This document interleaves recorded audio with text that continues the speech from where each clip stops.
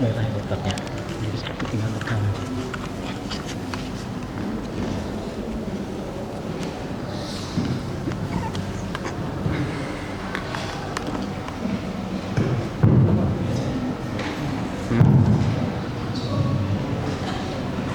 Assalamualaikum warahmatullahi wabarakatuh. Bismillahirrahmanirrahim. Bismillahirrahmanirrahim. Bismillahirrahmanirrahim. Bismillahirrahmanirrahim. Alhamdulillahirabbil alamin. Wassalatu wassalamu ala asrofil anbiya'i wal mursalin sayyidina wa habibina wassafiina wa maulana Muhammadin wa ala alihi wa sahbihi ajma'in. Ibu, bapak, jamaah masjid Baitul Salam yang dirahmati oleh Allah, mumpung ingat beberapa kali ada tapi lupa terus. Saya ingin ajak cerita-cerita tentang satu kalimat yang sangat sederhana tapi jarang dibahas, jarang disinggung.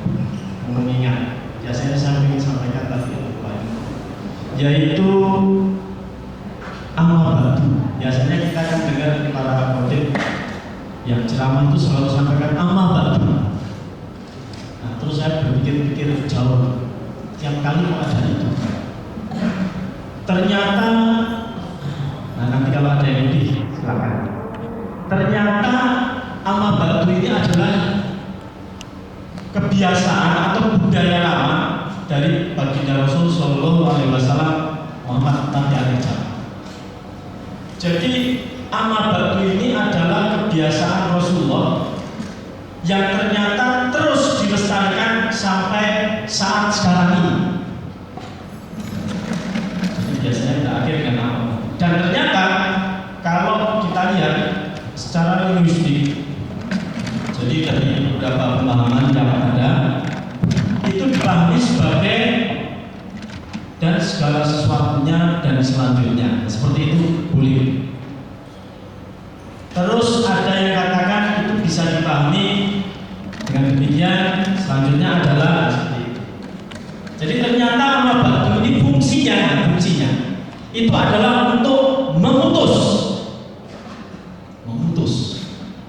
Adik-adik yang milenial itu biasanya memutus apa diputus. Nah, memutus ini maksudnya adalah memutus antara mukadimah dan isi dari materi yang disampaikan. Jadi biasanya kalau di mukadimah itu kan ada syukur, salam, sholawat, doa. Amma ba'du setelahnya baru isi. Nah, itu memutus dibaca fungsi. Tidak jauh beda kalau kita misalnya ngomong di chat itu biasanya anak-anak sekarang BTW, nah BTW itu ya. Itu tapi memutus juga, tapi fungsinya adalah untuk mengalihkan pembicaraan. Jadi misalnya kita sedang ngomong-ngomong tentang pembatalan PSSI Indonesia sebagai tuan rumah Piala Dunia U20 misalnya.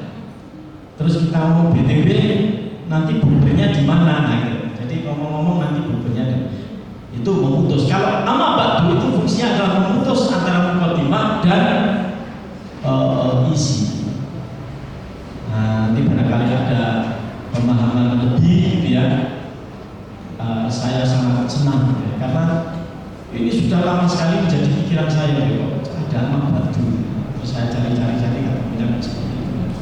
Nah, sebelum ke yang disampaikan oleh apa ya ini tadi ya, wa in ta'udhu nikmatallahi la tuhsuha innallaha ghafurur rahim. Dan janganlah kamu kita menghitung-hitung nikmat, karena kita pasti tidak akan bisa menemukan jumlahnya. Jadi nikmat itu kalau dihitung pasti tidak ketemu jumlahnya. Terus yang berhak atau yang bisa menghitung nikmat siapa? Apakah anak-anak yang dalilnya 9 atau guru matematika atau guru besar matematika? Nah, kita lihat. Karena dalam satu riwayat, mungkin saya pernah sampaikan, malaikat itu pernah nyerah juga, nggak bisa menghitung. Nah, kita lihat, kita perbandingkan ya, saya bandingkan dulu. Tapi mudah-mudahan nanti tidak lama, sesuai waktunya 7 menit. Jadi saya coba banding-bandingkan kemampuan menghitung. Tadi sudah disampaikan, jangan menghitung-hitung nikmat, itu pesannya dalam An-Nahl 18. Jangan menghitung-hitung nikmat karena kita pasti tidak bisa. Sungguh Allah itu Maha Pengampun dan Maha Penyayang. Nah, terus yang bisa menghitung itu siapa? Saya geser sedikit ya. Ibu bapak kita itu maklum ada yang namanya Nakulo Sadewo. Di pewayangan itu kan ada Pandawa ya. Nakulo Sadewo yang kecil itu Nakulo Sadewo. Ini kembar dua-duanya. Dalam satu cerita itu yang pernah saya ikuti, dua orang ini Nakulo Sadewo ini punya kemampuan menghitung luar biasa. Nakulo, nggak tahu yang besar atau yang kecil ya. Nakulo itu mempunyai kemampuan menghitung yang luar biasa, yaitu menghitung kuda yang berombongan berlari ya. Misalnya kuda itu lari dari situ, lari terus sudah belok pos satpam situ lari. Nakulo bisa menghitung berapa jumlah kuda yang lewat itu tadi dari bekas ini apa namanya kaki telapak dan jari bekas kakinya itu. Dia bisa menyombongkan diri jumlah kuda tadi yang lewat sekian. Nah, itu Nakulo. Kembarannya Sadewo yang tidak mau kalah. Saya juga bisa menghitung dari kuda yang lewat tadi. Tidak hanya jumlah kudanya, tapi Sadewo itu bisa menghitung atau bisa melihat jenis kelaminnya. Jadi sing lanang biro, sing wedok biro, dia tahu. Nah, itu kemampuan menghitung.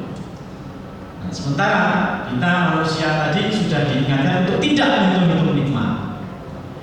Kemampuan menghitung lagi, coba kita lihat. Yang saya ceritakan ada malaikat pernah lewat, musuh ada malaikat lewat. Jadi pada saat Isra Mi'raj baginda Rasul Sallallahu Alaihi Wasallam Muhammad Nabi akhir zaman ya, ditemani oleh malaikat Jibril, beliau baginda Rasul dipertemukan dengan malaikat yang mempunyai banyak tangan.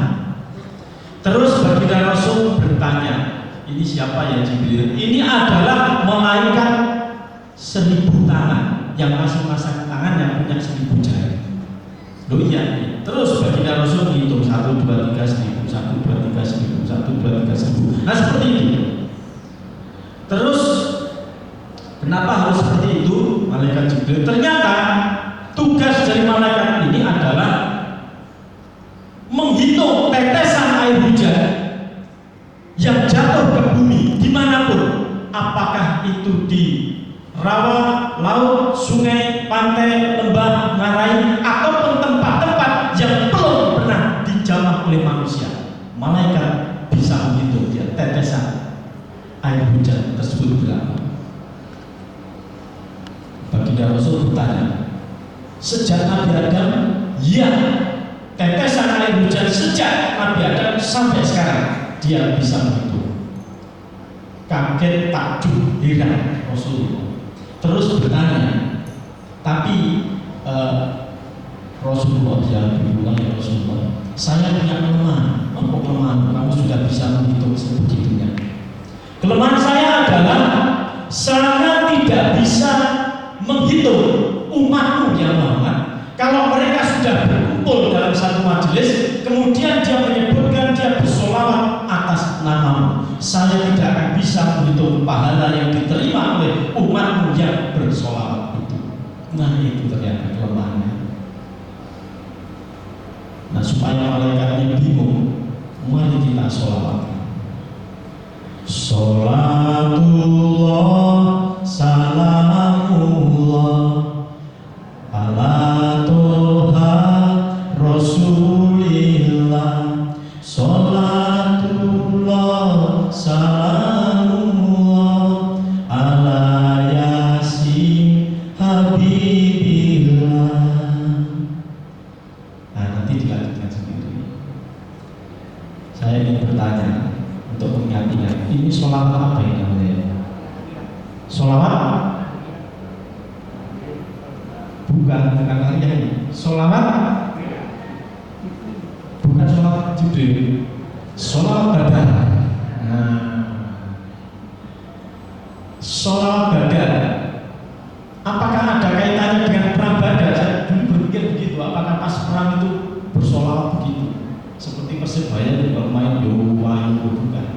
Ternyata sholawat badan ini yang menciptakan, yang mengubah itu adalah Kiai Haji Ali Mansur dari Indonesia ternyata. Dan dibuatnya ribuan tahun setelah sholawat Badar. Jadi ternyata tidak berkaitan langsung dengan peristiwa perang Badar tersebut ya. Jadi Kiai Haji Ali Mansur itu dari Jember terus menikah dengan sosok dari Tuban, saya lupa makanya sekarang ada di Tuban.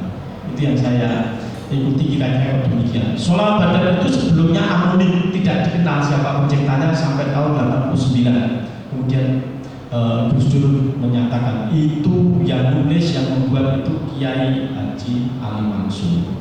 Nah setelah itu baru tertulis sholawat Badar. Nah itu ternyata malaikat pun tidak mampu menghitung pahala. Ini kalau kita perbandingkan dengan kemampuan menghitung tadi. Dan dipesankan kepada kita, kepada umatnya Muhammad Rasulullah SAW ini untuk tidak menghitung-hitung nikmat. Kenapa? Sebab hidup kita ini rasanya seperti sudah terbelenggu, terpasung, terjerat oleh nikmat. Pagi bangun tidur, kita bisa bangun nikmat. Duduk, berdiri, jalan, minum, ke kamar mandi, minum lagi, lari, berkendara, berangkat, bekerja, belanja, berkendara, pulang, balik lagi, sampai rumah, makan, berangkat tidur, bahkan tidur itu sendiri pun adalah nikmat Allah. Jadi nikmat itu tidak kenal ruang dan tidak kenal waktu. Pagi nikmat, siang nikmat, sore nikmat, malam juga nikmat. Tidak ada batas ruang dan waktu untuk nikmat itu. Sehingga karena seperti itu, maka tidak usah hitung-hitung nikmat, pasti tidak bisa di atas nikmat tersebut. Terus kalau kita tidak menghitung-hitung nikmat tersebut, apa yang bisa kita lakukan? Yang bisa dilakukan, yang harus dilakukan adalah syukur. Nah itu syukur. Bagaimana?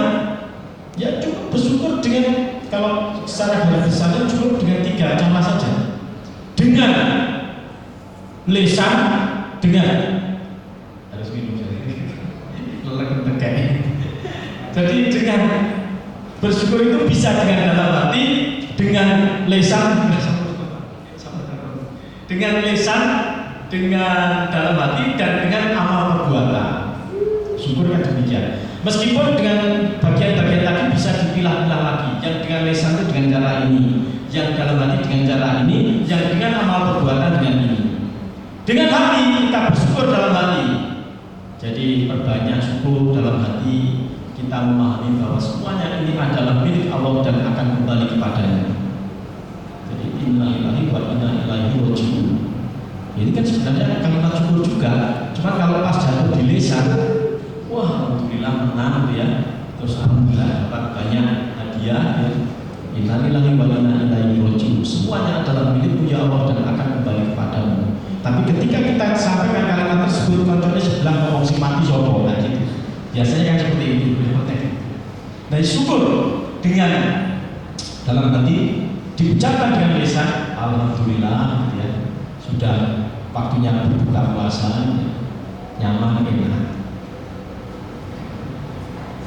Terus dengan amal perbuatan, ini syukur yang sering kita jumpai. Terlebih hari-hari seperti saat ini, pas Ramadan ini, yo syukuran, yo buka puasa bareng, yo reunian, biasanya kan gitu. Dengan amal perbuatan, karena ulang tahun bersyukur dengan apa? Undang teman-temannya, biasanya kan gitu di kita. Jadi banyak hal-hal yang bisa dilakukan dengan melibatkan yang lain, diwujudkan dalam amal perbuatan. Yang penting ada kebermanfaatannya bagi yang lain. Nah, jadi seperti itu kira-kira yang ingin saya sampaikan untuk memenuhi pasnya jadwal tadi. Saya sebut aja ini tentang nikmat bagian 1 ya. Nanti tentang nikmat bagian 2 tahun ke depan insya Allah.